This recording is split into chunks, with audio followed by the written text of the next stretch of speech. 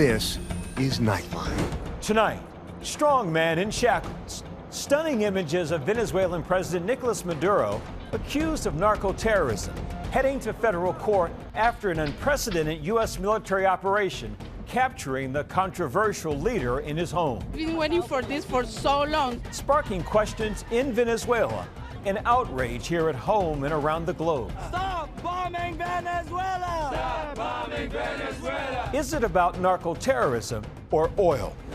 Plus, microdramas. The can't stop, won't stop vertical videos taking social media by storm.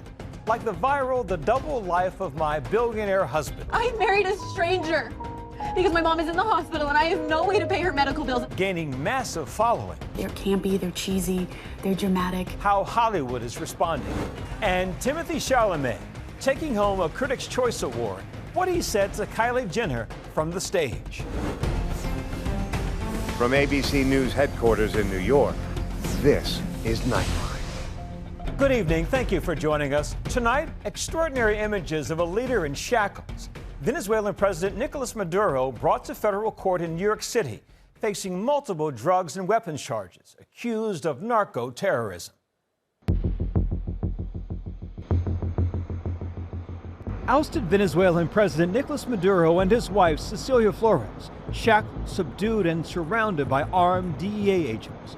Maduro shuffling as he stepped off a helicopter en route to federal court in downtown Manhattan today to face charges that include narco-terrorism, drug trafficking, and gun charges. The couple held at the federal detention center in Brooklyn since their capture in a dramatic pre-dawn raid in Caracas over the weekend. When Maduro and his wife finally arrived in New York, the once defiant leader wishing everyone a happy new year and videos shared by the Trump administration. Happy New Year. At their arraignment, the couple standing firm. Nicolas Maduro was defiant in court when the judge asked how he pleaded to the charges. He was standing saying, "I am innocent, I am not guilty, I am a decent man, I am president of my country." Maduro insisting he is still the elected president of Venezuela.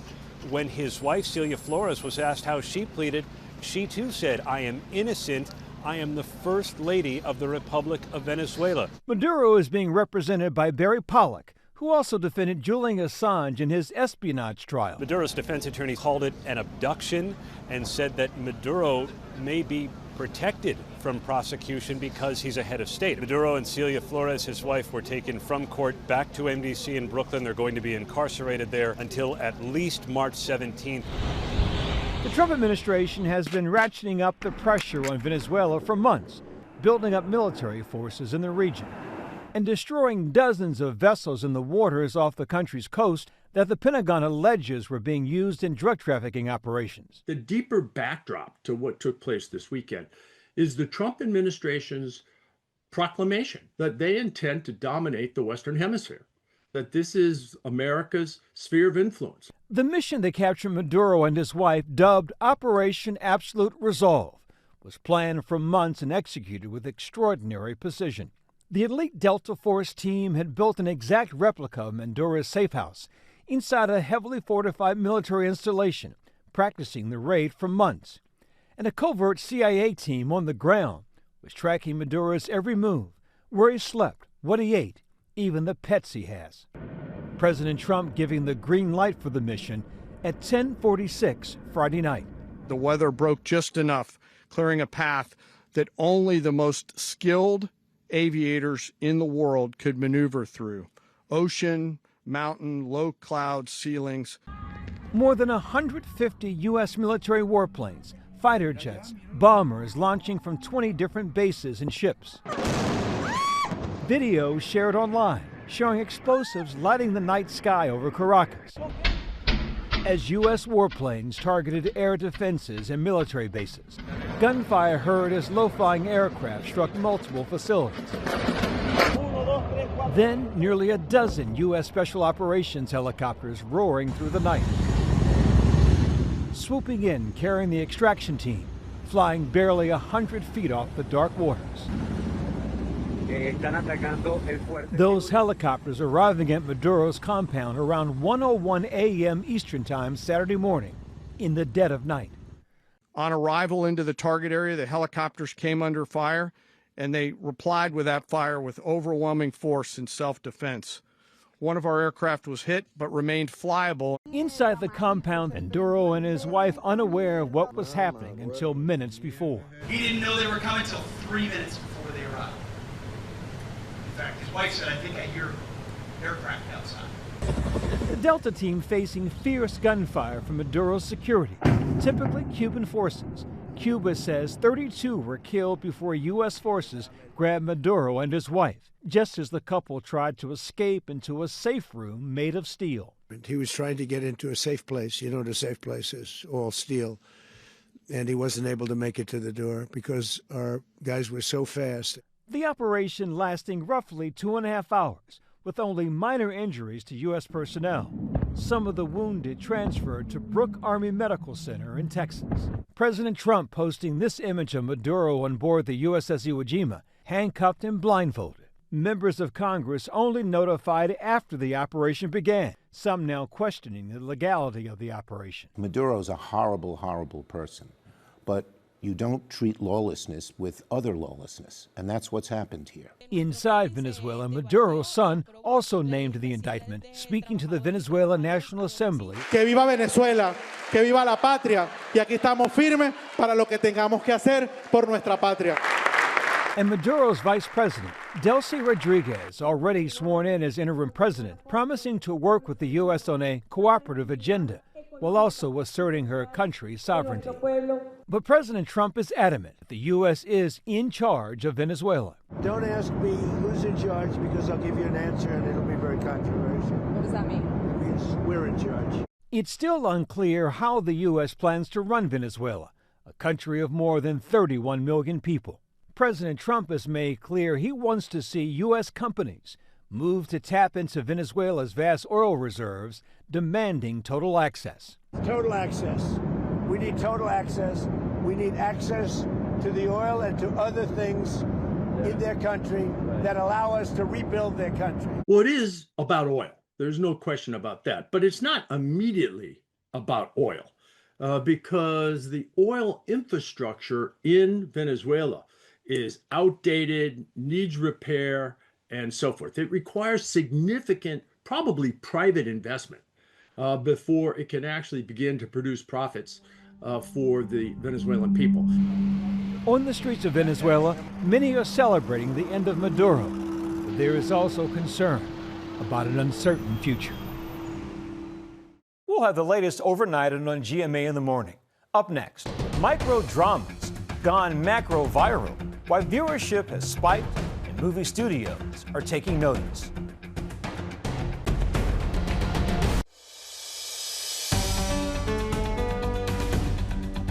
Welcome back. Microdramas are the latest viral social media sensation. Quick, spicy, plot-twisty tales that draw you in and leave you wanting more and more. Viewers can't get enough. Here's ABC's Trevor Ault. You might have seen these on your social media recently. Short videos that feel like mini soap operas, like this one that's gone viral, The Double Life of My Billionaire Husband. I married a stranger because my mom is in the hospital and I have no way to pay her medical bills. Or you may have seen people talking about how they can't stop watching. They're campy, they're cheesy, they're dramatic. I cannot get enough. Like, I physically have to force myself to scroll to the next video. They're called microdramas or verticals, and they are the hottest new form of entertainment. Designed to be quick watches, easy to consume, and highly addictive. You watch 1 minute, then the next minute, then the next minute, and eventually you have to sign up for a subscription that you're paying for in order to know how this story ends. Beyond their exploding popularity, the industry behind verticals is being hailed by some as possibly the best hope for injecting new life into Hollywood, which has suffered a number of setbacks between COVID, the actors' strike, and last year's devastating Los Angeles fires.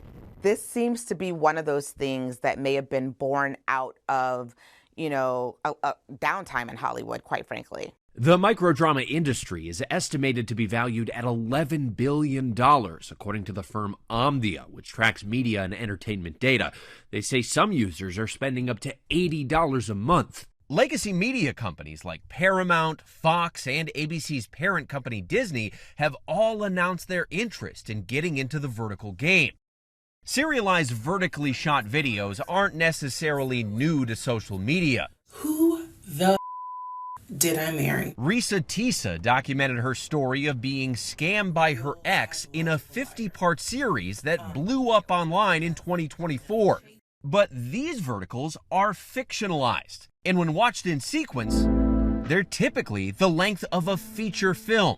Alpha. We went behind the scenes at Real Short in Los Angeles, one of the new major players in the vertical space. Well, Michael, when do you run? This set has all the hallmarks of a typical production. Actors, producers, and a director. Now we're moving in for the two-shot. Okay. Except the cameras are all vertical. Story shooting today is called Love is a Dangerous Dance, starring Mark Herman. Let's just fix up positions. It's an assassin and a ballerina love story, two different worlds colliding, and lots of dirt and blood, as you can see. Mark. There's no better way to market a movie than on social media nowadays. I mean, that's where all the eyes are, and there's no better type of project to market on social media than a vertical project. And cut. Great. Real Short says they've got about 65 million active monthly users. Their content is free with ads or ad-free with a subscription. I don't see that we are competing with TV or traditional Hollywood. We just expand what entertainment means. Okay, 他们要拍一点我的 B-roll. Bofeng Zhang is a 28-year-old executive producer at Real Short. She's originally from China, where verticals were first introduced and quickly took off during the pandemic. She says their production process is similar to an average Hollywood movie, except much, much faster and much, much cheaper. We usually film 10 pages per day with 2 cameras, and the shooting time is usually around like 7 to 10 days with 2 to 3 off days.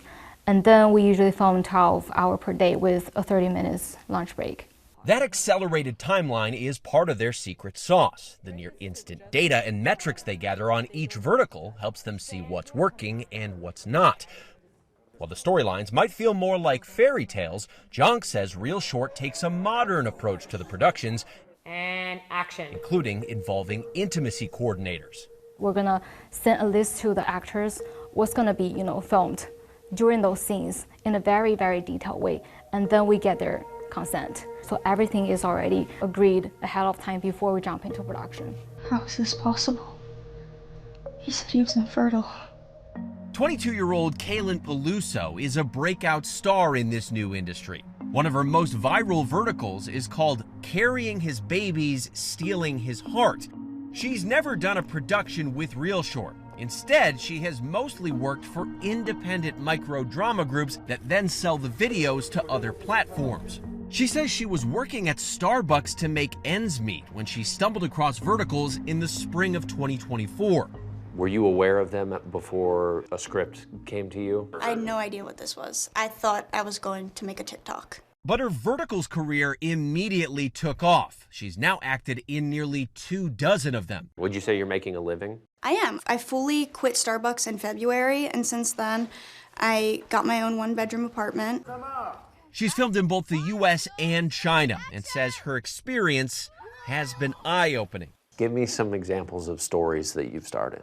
I have played, I think, 17 pregnant women out of the 22 verticals I've done. It's never one baby. It's either 2, 3, or 4. I'm either a student and I need money for school, or my parents are sick and I need money for their bills. And this rich CEO billionaire who's infertile is like, this, I can't make this up. This is, I'm saying it out loud and I'm like, what am I saying right now? Sure. And we end up, sleeping together. And then, of course, I find out a few weeks later, I'm pregnant with quadruplets. She showed us her set bag, all the things that she says she needs for a day of shooting. Yeah, what do we have? This is my first Labubu I have. We have safety shorts, because you never know when they're gonna see up your skirt or your dress. We have also gum, because you never know when you're gonna have to kiss someone. Mm-hmm. Is that your Gloria Steinem book? Yeah. What is it about this book that you like so much? Especially with all the things I do in these and the way women are portrayed and treated. This is a little reminder that, we need to work to be better. She says her rate is now double what it was a year ago, but she still says there's pay inequities on the projects she's been on. I've been on sets before where it's been a 100-page script. I get abused for 89 out of the 100 pages. The male lead, he saves the day. He shows his abs, and he got paid double of what I was getting paid. I've been told the guys are the faces of the vertical because a lot of women watch these. Kaylin recently took on agent Kia Todd to help her navigate her job offers, the pay, and the hours. I got into this because I wanted to protect talent, right? So when it's on a good production, then yes, I'm ecstatic. But when it's not good, then I'm just like, I don't even want you doing that. What is it about Kaylin that they keep casting her in these? Her talent is outstanding. She has that innocent look. She's beautiful. Do you find it has any impact on casting directors of movies and television if they see that the client has been doing a lot of these verticals? No. Some new actors, they don't have reels and they haven't worked. These are a good way to, get footage for them. There aren't regulations to kind of oversee these microdramas in the way that there are regulations that oversee, your broadcast TV shows or streaming TV shows. Those things aren't in place right now. The Actors Union SAG-AFTRA is working on contract terms that would allow members to work in microdramas. They tell ABC News in a statement, in part, our vertical programs agreement has garnered a great deal of attention from producers. Many producers have brought us ideas on how they'd like to see the agreement modified, which the union is currently reviewing. Do you still have the same love of acting? I do. It's not the end goal for me. Meaning the verticals are not the end goal? Yes, that's not the end goal, but it is like, I love my job. Like on paper, this is exactly what I dreamed of as a kid. Our thanks to Trevor. And now a look ahead at tomorrow's show. We're with the one and only Chef Bay dishing up and on what it's like to be celebrity chef to the stars. Adam Sandler's official latke maker, my second title. And when we come back, Timothée Chalamet's declaration from the Critics' Choice Awards stage, what he said to Kylie Jenner after the break.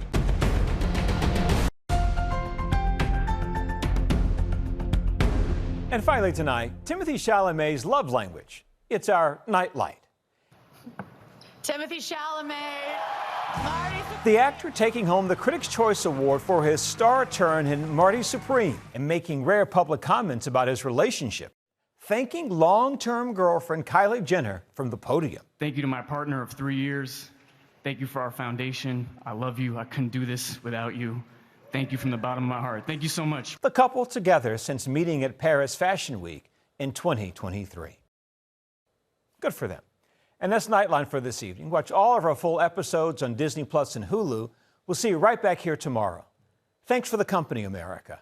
Good night.